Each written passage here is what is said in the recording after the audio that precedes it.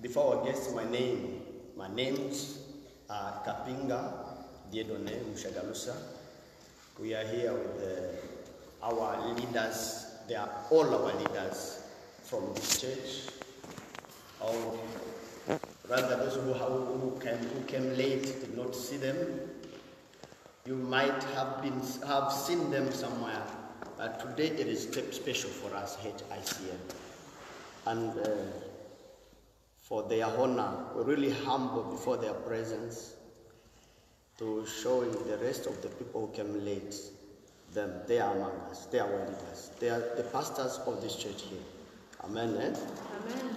So we thank God for that. My name is Kapinga, and we are working together with Pastor Mike and another Pastor Maria, who is not here today because of work. And my wife, should you stand up and say shalom, they can see you. Amen. Shalom, shalom, shalom. She's my wife, and my daughter who was singing here, and all the others in Christ, we are one. Amen. Eh? Today we are going to talk about a few things that are going to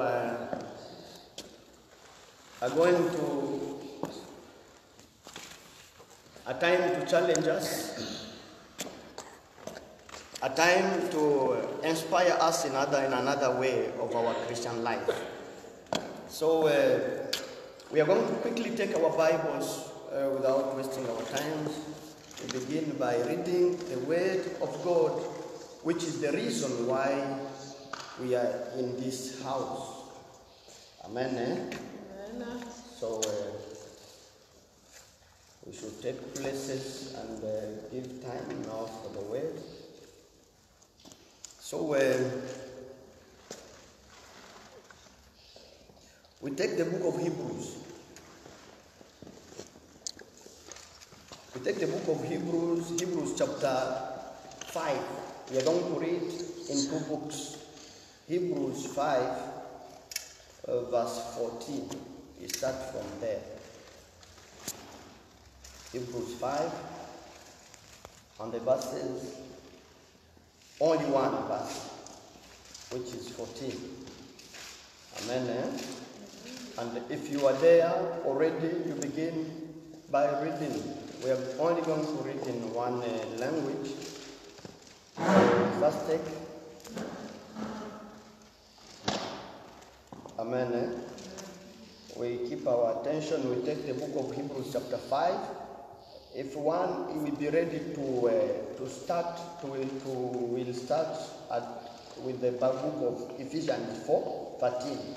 We're going to read Hebrews 5, verse 14, and another one, prepare Ephesians 4:13. Hebrews 5 says this, the line of 14. May we read in the name of the Lord. Amen.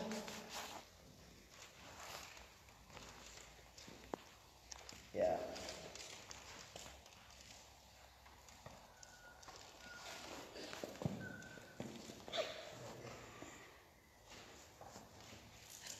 Let's look at it. Our reading is in Hebrews 4. Then Hebrews 4:14. Please. Hebrews 4:14. The Bible says, the 14. Therefore, since we have been a great high priest who has gone through the heavens, Jesus is the Son of God. Let us hold firmly to the faith we profess. That is Hebrews 4:14.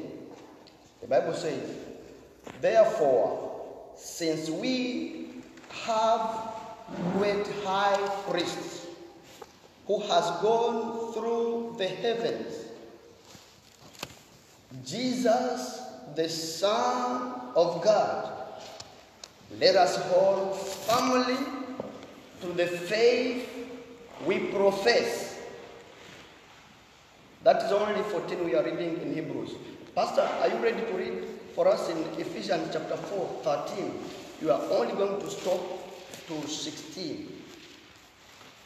And if you will be remembering what we read in Hebrews, in Hebrews chapter 5, 14, it will be good. Because these verses, we are going to combine both of them. Ephesians chapter 5, verse 4, verse 13 to 16. The reading in the name of Jesus, 13 to 15, Ephesians chapter 5, 13 to 15. But all things that are exposed are made manifest by the light, for whatever makes manifest is light.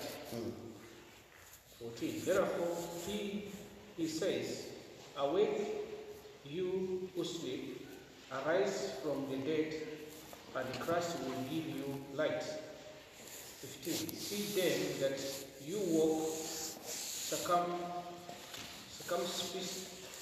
circumspectly, not as fools, but as wise. Amen. Thank you. Let's read it in another version here. This is James King. I have NIV here. Let's read it in NIV. The Bible says, until we all attain. You see, the language used in NIV, the language used in King James, they are talking about the same text, but the language is a little bit different. Mine says in 13, until we all obtain to the unity, until we all obtain to the unity of faith and of the knowledge of the Son of God. Remember where we read in Hebrews chapter 4 verse 14, the Bible says, we professed faith into Christ. We should go after it. And now here, the Bible is saying in 13 that until we all attain the faith, the unity of faith and of knowledge of the Son of God, to mature manhood. This you are going to underline.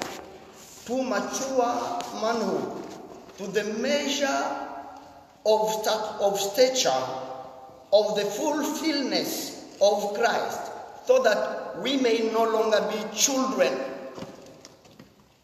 We may no longer be children, tossed to fro by the wave and cry and carries about by every wind of doctrine, by human cunning, by craftiness in deceitful shame. Rather, speaking in truth, in love, we are to grow up in every way into Him, who is the head. Who is that? Jesus.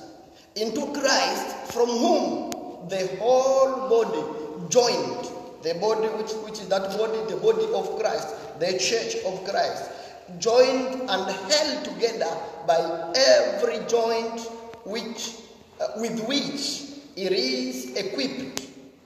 When each part is working properly, makes the body grow so that it builds itself into love. Praise God. Amen. Eh? I love this. Amen. Eh? I love this. Welcome, brother. I God bless you. You are coming at the right time. This is the right time. Now, what we are going to talk about, we are going to talk about the word entitled here. I have tried to go through this word and took 8 points. We are going to take them quickly. We are not going to enter in the deep of them due to time. Maybe when we have a session, we'll take them deep, go deep into them.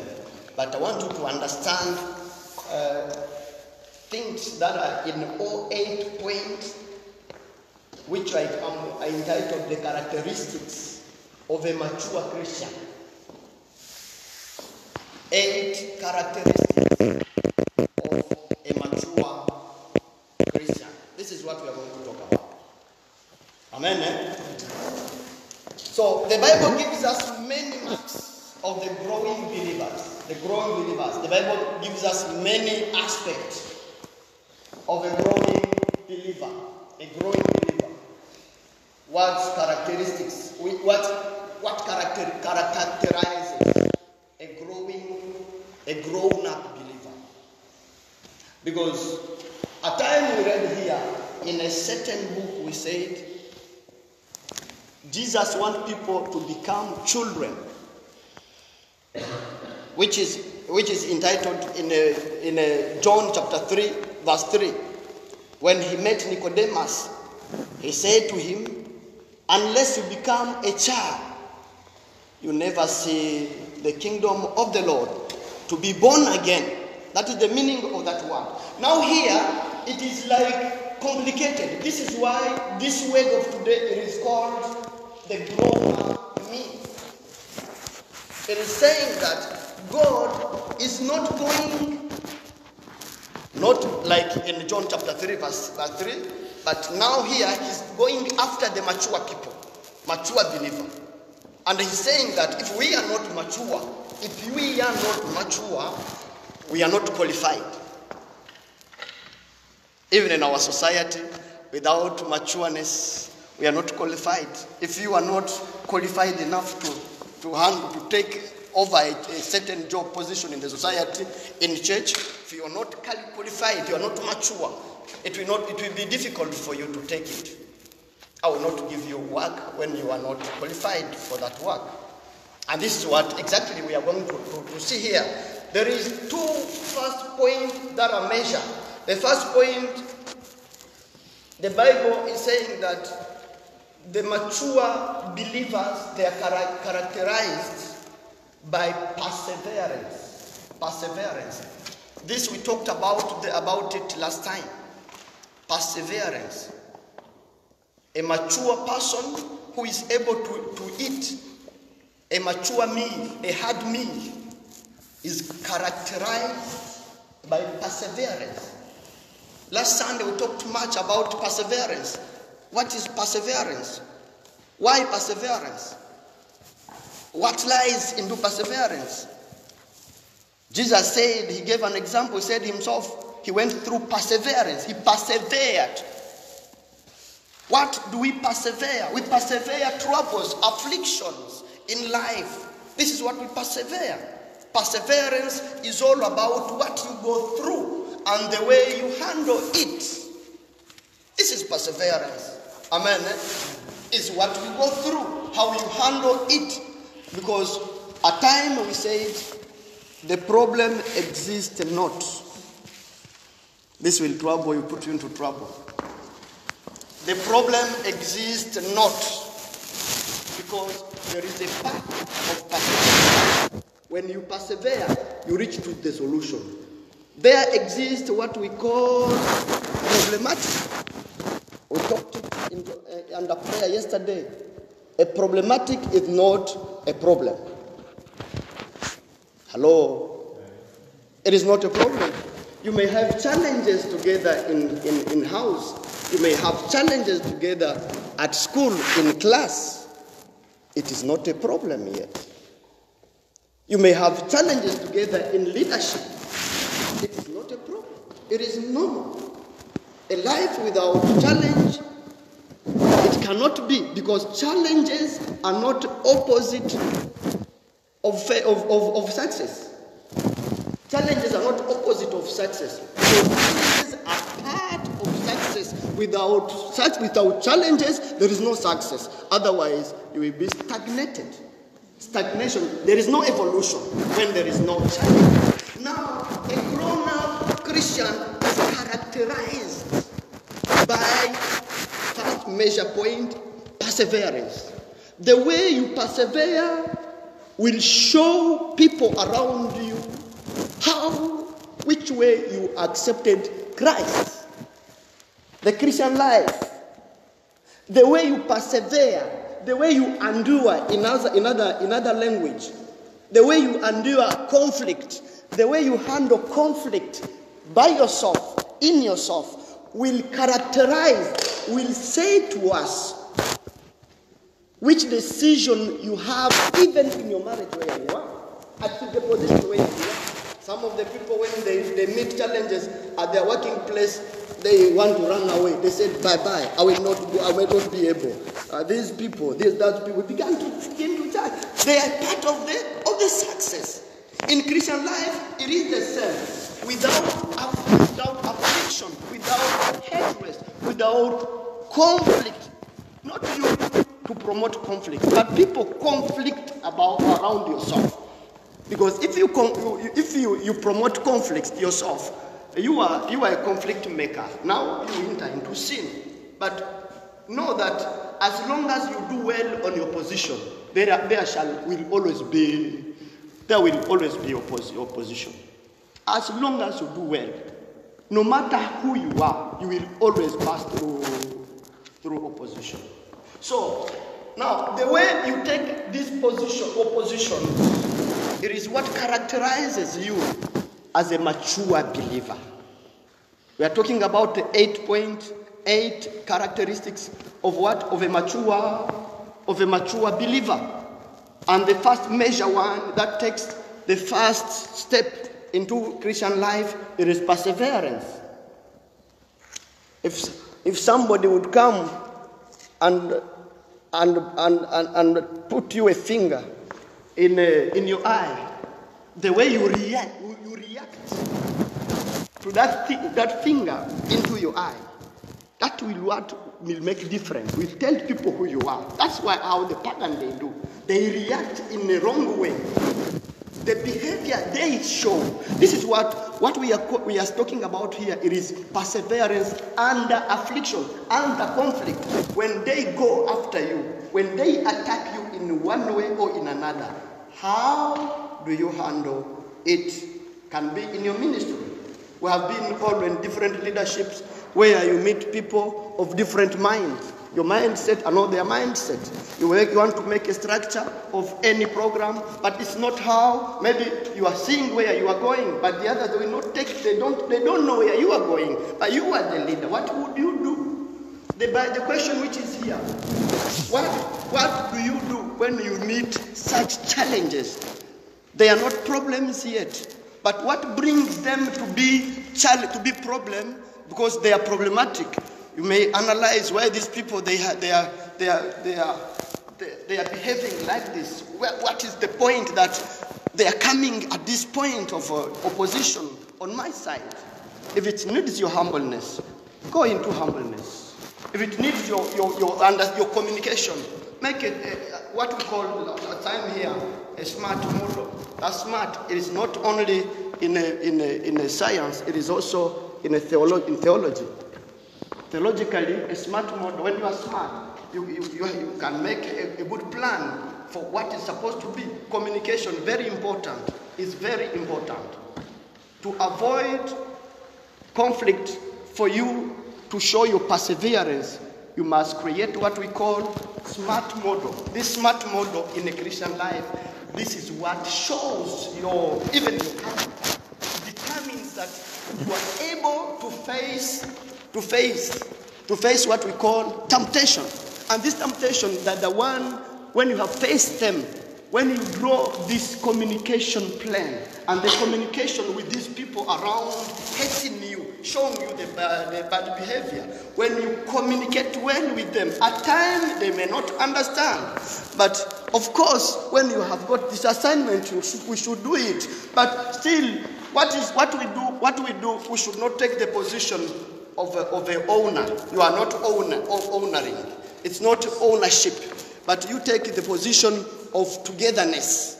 This is we are going to come to that point. Take the position of togetherness instead of being a chief, but be a doer, because you are a servant. Instead of showing yourself as if the others they have to do because you are a leader, do for them to educate them. This is one of the solutions. Because your communication model may not work, but when you come into the solution yourself, begins to reflect them, to give them a picture of where you are going, and this will make you succeed. Now, the second point, it is the spiritual fruit, the second major one, it is the spiritual fruit. The Bible says in John chapter 15, verse 14, and the verse 15 talks about the fruit. A bad tree cannot bring good fruit, and a good fruit cannot come from a bad tree. Jesus is showing himself as the word, as a tree, and the fruit. When you have Jesus into you, the fruit you give out, they are now the definition of the way you characterize yourself before pagan. The difference between a pagan and you who accepted Jesus in your life. And when we talk about fruit, we are talking about the fruits in Galatians chapter 5. Galatians chapter 5, verse 22 to 21 to 23. The Bible is talking there about the fruits of the Holy Spirit. Any Christian who is born again, you are a Christian, you accepted Jesus in life, you must bear these fruits. The 9 fruits: patience. This we are calling it in our language here, perseverance again. Patience. It is a fruit of the Holy Spirit. Love, the fruit of the Holy Spirit. We are coming to that sooner here. Now, the 2 major one I wanted to give you before the picture of the 9. Number 1, perseverance, and number 2 is a spiritual fruit. Because if you are a tree planted in a good field, you must bear good fruit. If you are an orange, you should not bring a citron. If you are a citron, you should not bring orange. Orange is orange always. And we say this: if you are a Christian, you only give birth to Christian. But if you are pagan, you cannot give birth to Christian. A pagan gives birth to pagan. At times, many interpret the Bible in the wrong way. They say a child has no impact on what is happening about your pagan life or your Christian life. But the fruit of yours, they are all about the physical and the spiritual. You cannot be a pagan and bring a Christian fruit. In the grace time we are living here in the New Testament, unless he works himself for that fruit of salvation, that he may enter into the kingdom. Because the grace of God is over all. That is, we are not saved by our father's faith. We are saved by our faith when we profess the faith ourselves into Christ. That's when we get saved. And until there is fruits in Christian life, we are not categorized as Christians yet. Christianity is not about dog. It's not about how do we call it? It's not about baptism. Baptism is one of the Christianity, because we cannot be a Christian without baptism. We cannot be a Christian without baptism. Baptism, it is not for you, it is for people. But your baptism is in the inner. Because the definition of baptism is to show the outsider that you have received Christ. Amen. That is the definition of baptism. Means when you go to baptize, they put you die, and you resurrect into Christ. You are not doing that for yourself. You are doing that to preach the gospel. Praise the living God. Amen. And the Bible says we must die and resurrect into Christ. And now Paul says, when Christ now is in you, in this major part of the fruit, you must show character. Now, if we go in Hebrews chapter 4, verse 14, we read there, the Bible says that Christ that you have now got, you have now received as a believer, go after him. He's the one owning everything in the world and in heaven. Nothing is impossible before him. Trouble, not impossible before him. Trials, not impossible before him. Sicknesses, not impossible before him. Good marks in school, not impossible before him. Only if you will, chapter 10, verse 1, the Bible says there, only if you kneel down and pray, God, I need your mercy. May you come on my way. Only if you pray, and when you pray, he intervenes. God says, the book of Zechariah is a book of prophecy. Amen. God himself says, through the mouth of a prophet, says, when you pray, he comes on your way. And now, when he's on your way, you must bear fruit. Anyone should see that you are a Christian. And that's why in a Christian life, in Christianity, it is not about a culture, my brothers, my sister. Christianity, it is not a culture. Hello? Oh, in Africa, we are used to go to church, or it's not a culture. Amen, eh? Oh, in Denmark, we are 95% Christian. It is not a culture. Amen, eh? Christianity is all about how you relate to Christ. Amen, eh? It's about to go through the trajectories of Christ. The Bible says, in Matthew 24, the Bible says, my sheep shall follow my steps. They will know me, and I will know them, even though there shall be wrong prophets. Amen. Eh? Deceiving prophets, but my sheep, they will know me, because I will know them. In John chapter 14, the Bible is saying that you will know them through their fruit. And that's why we are talking about the tree. A bad tree cannot bring a good tree. And this is why we say to the young men we have here, and to the fathers who are already married, we will not talk about it, because we have already entered into a covenant. It is not something to just think and go.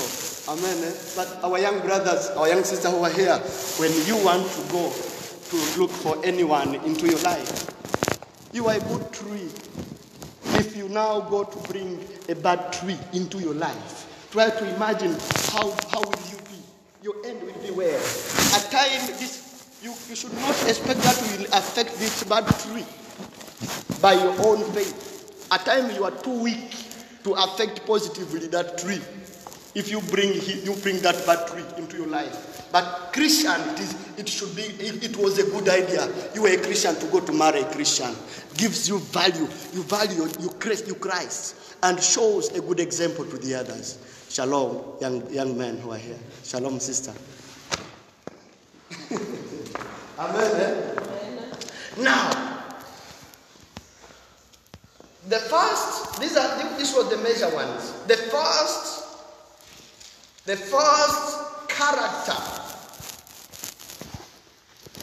character that shows that you as a Christian, you are mature. The first character that shows that you, Papa, you, Mama, whoever you are mature. Are you ready to receive it? Are you ready? If you are ready, clap for the Lord. Amen. The first one, it is to maintain what we call the unity of Christ. Union. If you are writing, let me give you it in a good way. The first character that characterizes yourself, that shows that you have succeeded a test of childhood, and now you are mature. It is when you can enter in the unity of the body of Christ. Unity of the body of Christ. Here we are beginning directly from our home, because there is no church without home. No church without home. If we all are here, our children, our father, our mothers, if we all are here, it is because we have homes where we are from.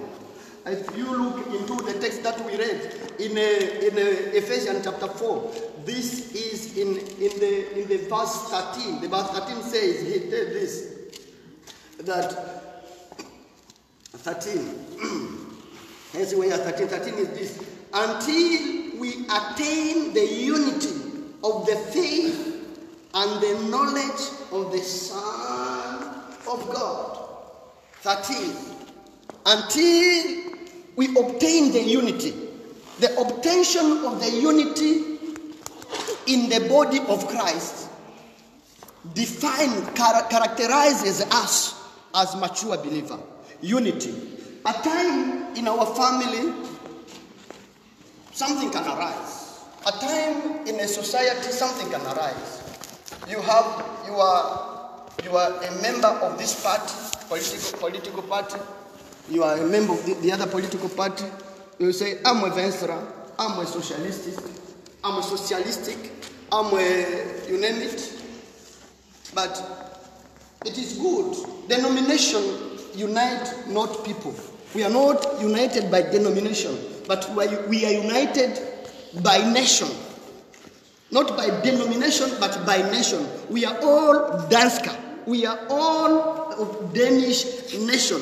No matter the denomination aside, a part of the political parties or the churches, Folk Church, Pinsekirk, I don't know what, you name it.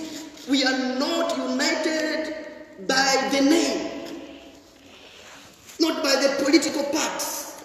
Neither by the appellation bishop and so on. That's why I don't like much time to waste on talking about the titles, because we need to see the Christianity into people, the practice of Christian life into people, not the title. Titles will not take us into heaven, but Christian life.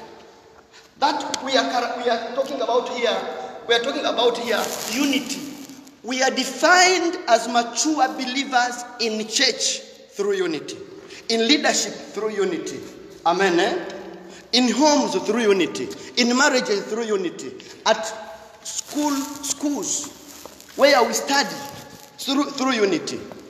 And how do we come to unity? How do we know we are into unity? Unity, it is not just a word, because unity is a discipline. Unity is a discipline. When you enter in a group, there may be challenges. We talked about perseverance before at the major point. There may be a challenge.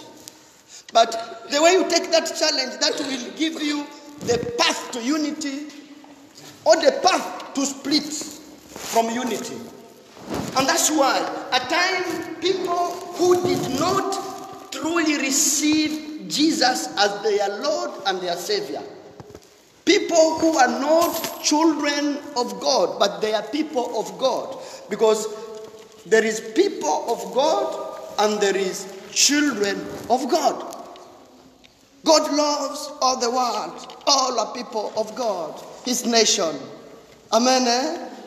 John chapter 3 verse 16. For God loved the world.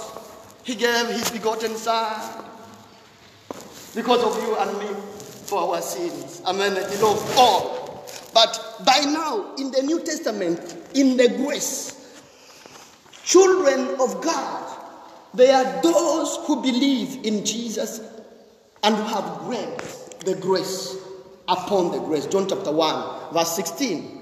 Those who have grabbed the grace upon the grace. Because the Bible says in Hebrews, the Bible says in Matthew chapter 7 too, Hebrews 11, the Bible says that without faith into Christ and without holiness into him, we shall not see the heaven. Heaven are just reserved for people who are united with Christ. Heavens are just reserved for people, especially for people who are united by Christ. That's why in the book of Revelation chapter 20 verse 12, the book of Revelation chapter 20 verse 12, the Bible says the revelation of John, God himself is talking through the mouth of John, saying this: there shall be a book and there shall be books. He's talking about judgment. Amen. He's talking about judgment. There shall be book. anything that you did in the world. That's why the Bible says that there is no vain service in any denomination, in any group, in any nation. There is no service. There's no gratis. We call it gratis. There is no gratis. All is paid. Everything you do it and you'll be rewarded. Hello? If you give, you receive. Until you give, you cannot receive. Hello? Yes. If you did not give yourself to come to church, you will not receive this word. You give yourself, you put your fuel to come to church. Amen. Eh?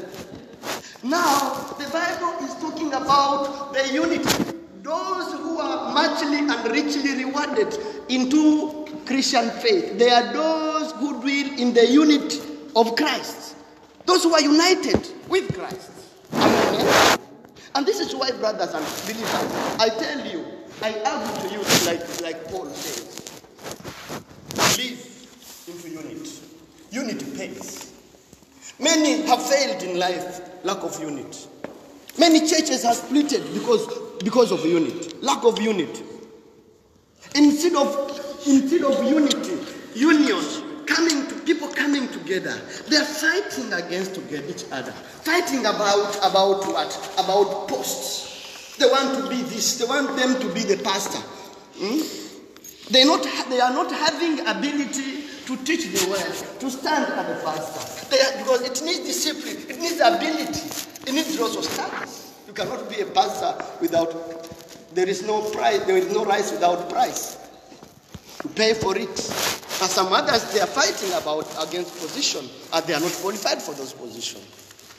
Because pastoring, there is discipline, not only to be a preacher, but to pastor is a totally different like a preacher. There is some discipline that you have to go through. Many they are preachers, but they are not pastors. To pastor is something else. Amen. Eh? Unity. Unity pays. When you unite yourself, no nation united which does not progress. There is no nation united that does not progress. Where there is union, where there is unity, always there is progress. Jesus shows an example of unity. One, he says, Him, Father and the Holy Spirit, the Trinity. There is a revelation of the Trinity. And we all are coming from the revelation of the Trinity. From up there down here. Jesus says, as me, I'm united with my Father. And my Father united with the Holy Spirit. The Bible says, Jesus cannot do what the Father did not say. And the Father cannot do what the Holy Spirit didn't go through. Means all they are operating in the same direction. That's why the book of Ephesians is saying to us today that the body of Christ that we are in is we should be united. Without union, without unity in the body of Christ, there is always what we call divisions. Without unity. Without unity in home, there are, you see, all this project, Denmark, if it has developed at the way it is today, it's because all these parts we are talking about, they came together. Whereby in Africa today, in Congo, there is an election. And this election in Congo, you see, instead of the political leaders to come together, this one has won the elections. To comprehend that he has won the election, then they come together. Next time will be yours. They are fighting until now. They cannot agree on the result of the other. No democracy. But in Christ, unity, it is not just coming by itself. You need to show your democratic Christian life. Because you are free to handle the way you handle, to do what you can do. But know that in your freedom, the Bible says in Romans chapter 6 that everything can look like good to do, but everything is not beneficial for a Christian. In unity, we need to use our wisdom. Control the way you talk. Control the way you handle. on the way you look at each other in fellowship. As we are here, we are a family. The Bible says when Mary and Joseph, they came looking for Jesus at 12 years old, looking for him, preaching in the temple like we are here. But they are saying, 3 days looking for you. Where have you been? He looked at Mary. He didn't call him mother. He never called Mary mother. Because Mary was not mother of Jesus. You cannot give birth to God. But God used Mary to give birth. Amen. For the grace of people. Amen. Now, Jesus said to Mary, Mary, my brother who adores. Sorry for calling the name. Didn't call her the name. But he's asking, who are those who are my brother and my sister that are looking for me? My brother, it is you, it is him, it is that one, this one, the father, the mother. We are sitting together, listening to God's word and going in the same direction of faith. Those we are together. That's why he answered. This is why in fellowship we must treat each other together. When we are Christians, we don't pattern around, they know we are special. Even Muslims, they know Christian, they are better. Anyone know Christian, they are better. We need to unite ourselves. We need to work together. Denomination should not divide ourselves. This, that, this. It is good. They are social classes. Because God does not know these denominations. Does not know Denmark, Congo, I don't know Tanzania, don't know Uganda, Mozambique, you name it. God does not count about all of it. He doesn't know all of that. We are all children of God. And when you go into the tree, he's a tree of life. Amen. There is a red and there is a white. Amen. We have many trees in Congo. There is a red, there is white, there is black. There is even yellow, all the colors. When you go into the sea, there is red fish, there is black fish. Into the people, they are all like that. We are made on God's will. Himself, he made us to make the world beautiful. And this is why we should look to where we are going. Look into heaven and not from heaven. We are going to heaven. We are from heaven. We look into heaven. That's where we are going. Amen. Let nothing detach ourselves from the unity of Christ. Number two, it is not easy, swallowed by false teaching, but grounded in the truth of God's word. What we are, this we talk it in Ephesians chapter 14. The 14th verse says this, so that we may no longer be children, tossed to and fro by the waves and carried about by every wind of doctrine, by human cunning, and by craftiness in the deceitful shame.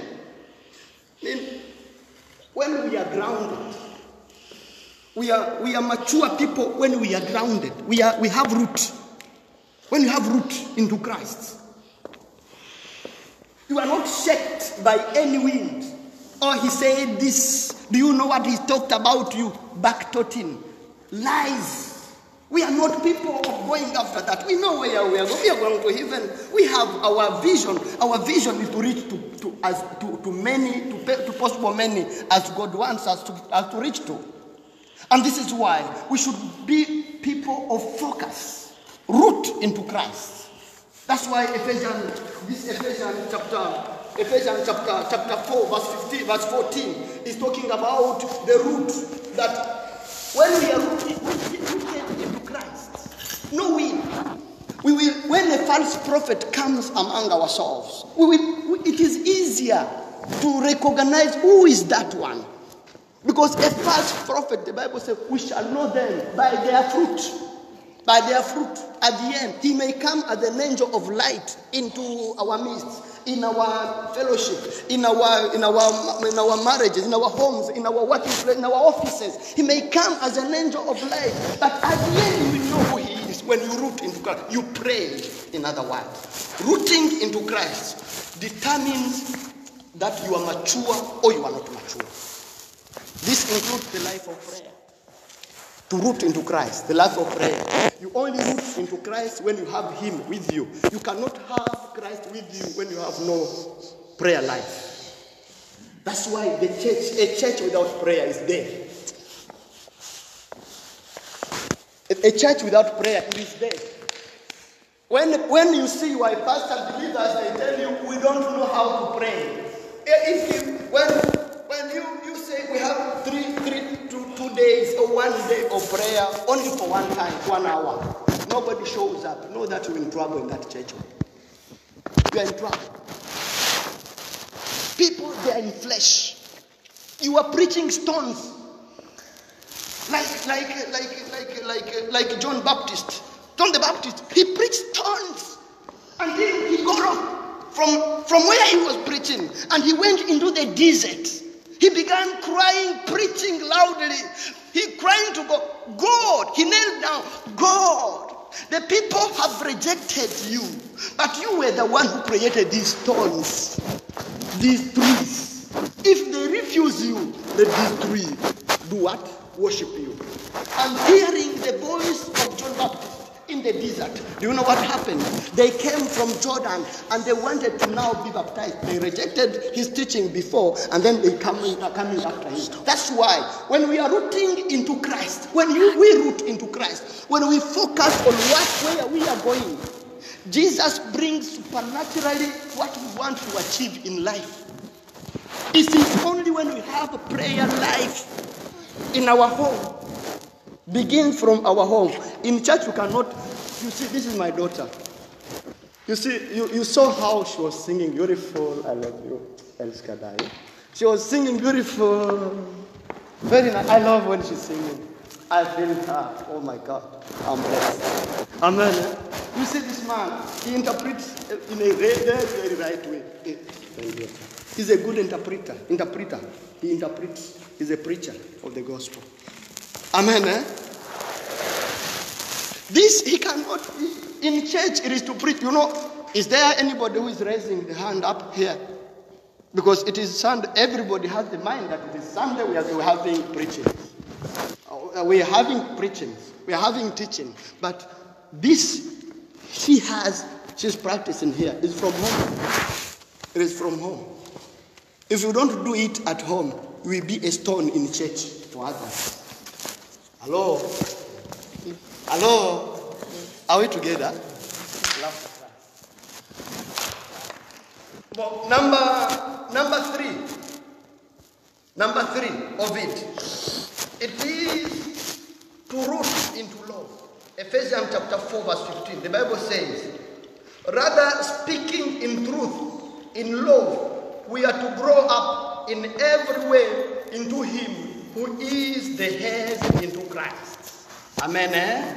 Hallelujah. Lord.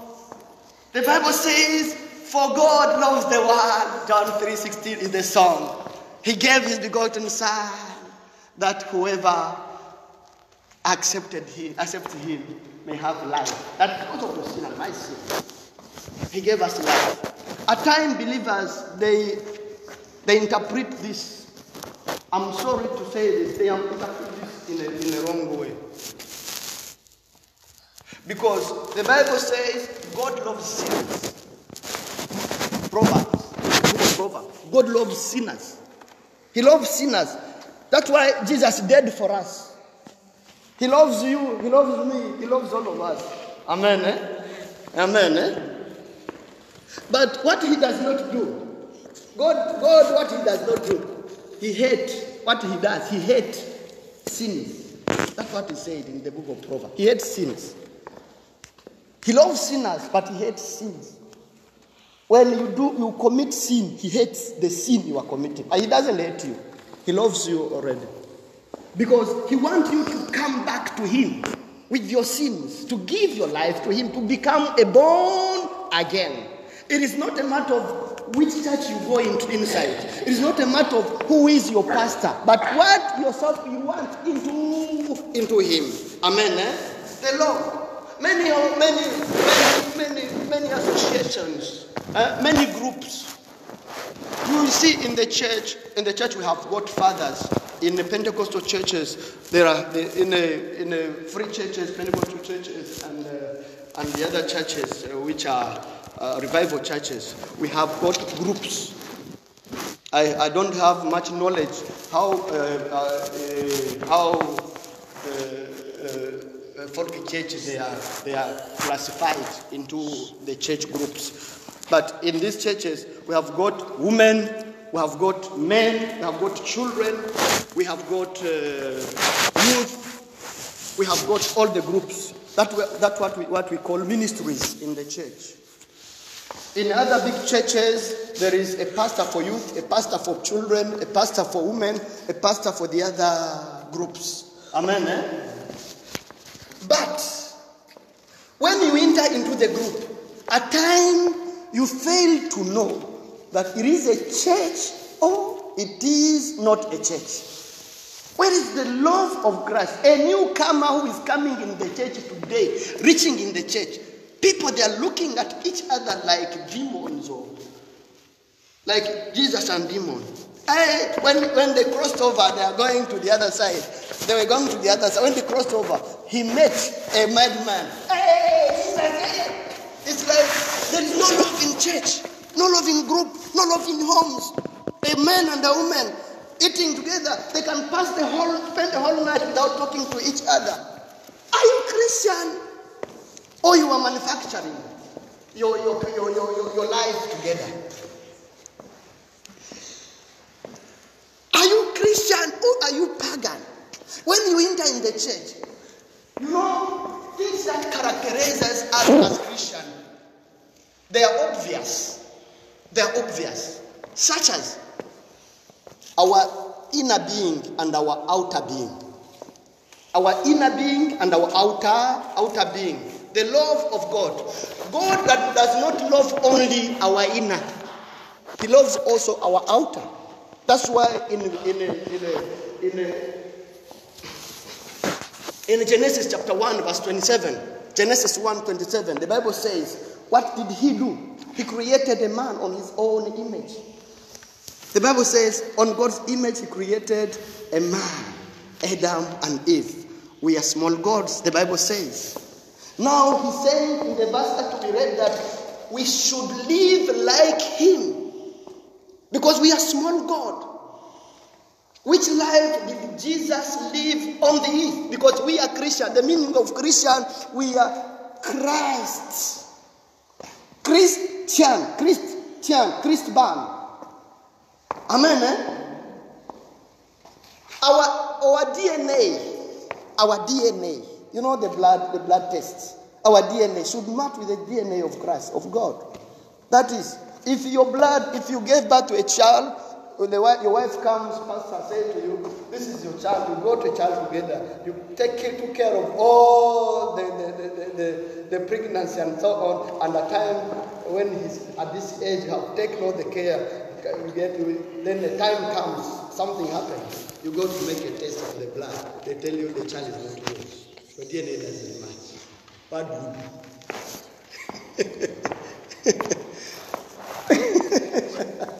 What do you do? Mama, if that happens, what do you do? You are lucky because, you are lucky because woman, it will not happen for you in that case because woman already, the child has got the mother's at least side. But the man,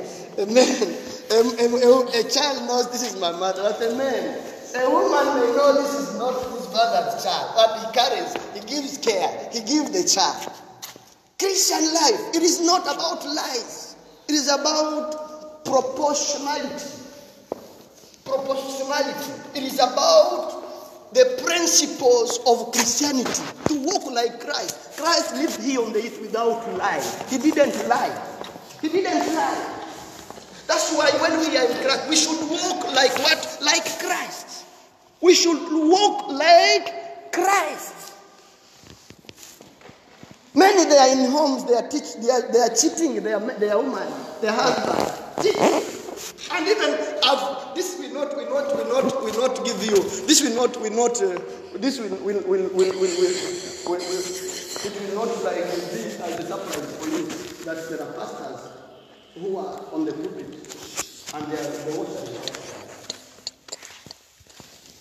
We heard about it. It went on the TV about a pastor, international pastor in Aarhus, who had his believer, like we are here, a family, and then this particular pastor, not only an international pastor, also a Danish pastor somewhere in a skiv in Vibo. We heard about it. It is not a secret. We say it because it's not a secret. It was highlighted. You understand how a daughter like this, my daughter, then the pastor working in church, then you take my daughter as a Christian in the church. You want the police to come to you. When we are in Christ, we are not under law any longer. But you are still living into the law. This bad habit. You know, there is some expenses the government couldn't do. The government couldn't make that expenses. The expenses of taking the family to taking care of the children, the mother and the father aside, separation or skilsmith, we call it, divorces, and all these kinds of criminality that are not normal. They are abnormal in society. There are free expenses the government is doing. But if we could have been responsible for our lives, police, we have no more policies. See now, today they are putting a school here, police school. Is it part of Federation? Politi dancer. They want more policies. Criminality is increasing because of bad habit. Can I tell you, Church of God, HICL, Holy International Church, we'll work a church here together. We can make a change. Amen. Eh? Can you say it together with me? Together, we can make a change. Hallelujah. Amen. Eh?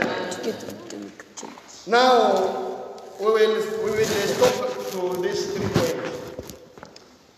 Because the next time we take the 4th one and the 5th. We take the 5, the 5th, 6th, and the 7th. The 4th says that we should serve. We are going to talk by the 4th. We should serve the church. When we are Christian, we should serve the church. A Christian cannot grow to herself or to himself. He must be in connection with the other local churches. A Christian cannot grow to her full potential apart from a vital connection to a local church. He must find her place in mutual service and encourage other believers. And this we see it. You will see it in we see number 4 in Ephesians chapter 4 verse 16. Ephesians 4:16. The Bible says, "From whom the whole body joined and held together by every joint with Christ Himself." The body of Christ. At times, it is a big conflict in a home, in society. When you come in home, you ask yourself, is it who is a woman and who is a man? Who is a child and who is a father, a dad? When you come in church, who is a pastor? We are in leadership. Who is a pastor, a senior pastor? Who is an assistant pastor? Who is a child? Who is a leader? Who is a chairperson? A chairperson has taken the task of the pastor. A pastor has taken the task of the assistant pastor. Now confusion. Remember the path to get out of all of this is communication. Smart mode of communication is very important. The Bible says, talks about the unity of the body. Means the membership of the church. We are talking about the 4th point. You must be a member of the church, no matter what. People, they are running churches because of one way or in another, conflict in churches. Bad habit they have accrued in church. People, they are not living Christian life. Debauchery in the church.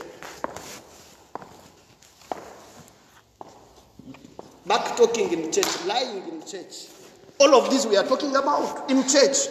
Now, when you come in church, you are new. You want to become a member of church. Others, they are being disappointed by you believers, but by ourselves, the believers. When at times we are not talk, we are not putting aside a pastor on this, because post will not take us to heaven. Being a pastor, it cannot take us to heaven. We're not going to meet God because we have been pastors. No. It is a work like we are directors of enterprises, like we are, no matter you do. But Christian life, that's why we are servant. Christian life, Christianity, that is what takes us before Christ at the end.